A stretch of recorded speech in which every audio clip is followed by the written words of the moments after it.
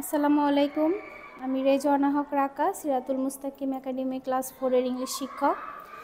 আজকে ক্লাস 4 এর ইংলিশ গ্রামারের নাম্বার টপিক্সটা আমি তোমাদেরকে পড়াবো। নাম্বার অর্থ বচন, এটা আমরা সবাই জানি, বচন। আজকে আমরা এই টপিক্সে কি শিখব, নাম্বার বলতে কি বুঝি, নাম্বার কয় প্রকার ও কি এবং রুলস অফ নাম্বার, নাম্বারের কিছু নিয়ম। তাহলে আমরা ডেফিনেশন অফ নাম্বারটা একটু পড়ি। In English grammar, the number refers to the count of a noun, person, place and thing. অর্থাৎ যে ওয়ার্ড দ্বারা কোনো ব্যক্তি, বস্তু বা প্রাণীর সংখ্যা বোঝায় তাকে নাম্বার বলে। নাম্বারের ক্লাসিফিকেশনটা আমরা একটু দেখি। নাম্বার দু প্রকার, যথা সিঙ্গুলার নাম্বার এক বচন, প্লুরাল নাম্বার বহু বচন। আমি তোমাদের বোঝার সুবিধার্থে নাম্বারের এই ছকটা এভাবে তৈরি করেছি। এখন আমরা জানব সিঙ্গুলার নাম্বারটা কি, অর্থাৎ একবচন কি, যে নাউন বা প্রোনাউন দ্বারা কেবলমাত্র একজন ব্যক্তি, বস্তু বা একটি প্রাণীকে বোঝায় তাকে সিঙ্গুলার নাম্বার বলে। আবার একটু মনোযোগ দিয়ে দেখো, যে নাউন বা প্রোনাউন দ্বারা কেবলমাত্র একজন ব্যক্তি, বস্তু বা একটি প্রাণীকে বোঝায় তাকে সিঙ্গুলার নাম্বার বলে।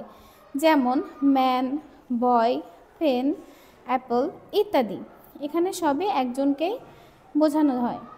প্লুরাল নাম্বারটা কি আমরা দেখি, যে নাউন বা প্রোনাউন দিয়ে একের অধিক ব্যক্তি, বস্তু বা প্রাণীকে বোঝায় তাকে প্লুরাল নাম্বার বলে। যেমন মেন, বয়েজ, এখানে আমরা এস যোগ করেছি, পেন্স, এখানে আমরা এস যোগ করেছি ইত্যাদি।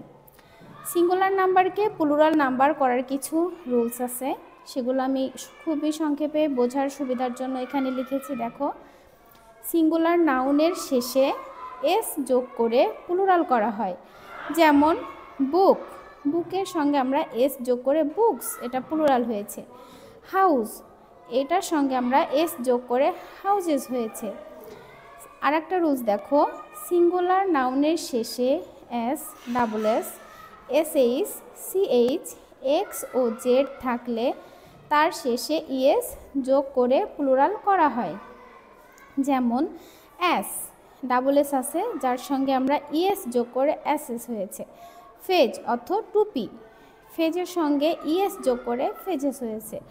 বাস, এখানে এস আছে, লাস্টে ইএস যোগ করে বাসেস হয়েছে। গ্লাস, তার সঙ্গে ইএস যোগ করে গ্লাসেস হয়েছে। এভাবে আমরা সিঙ্গুলার থেকে প্লুরাল করে থাকি। তাছাড়াও কিছু ব্যতিক্রম নিয়ম রয়েছে, এগুলা কয়েকটা উদাহরণের মাধ্যমে দেখিয়েছি। স্টোম্যাক, এখানে সিএইচ আছে, দেখো আমি এখানে বলেছিলাম সিএইচ থাকলে ইএস হয়, কিন্তু এখানে আমরা সিএইচ থাকা সত্ত্বেও শুধু এস যোগ করেছি, কারণ এখানে সিএইচ স্টোম্যাচ উচ্চারণ না হয়ে স্টোম্যাক উচ্চারণ হয়েছে। কয়ের মতো উচ্চারণ হওয়ার কারণে আমরা এখানে এস যোগ করেছি, এটা ব্যতিক্রম নিয়ম।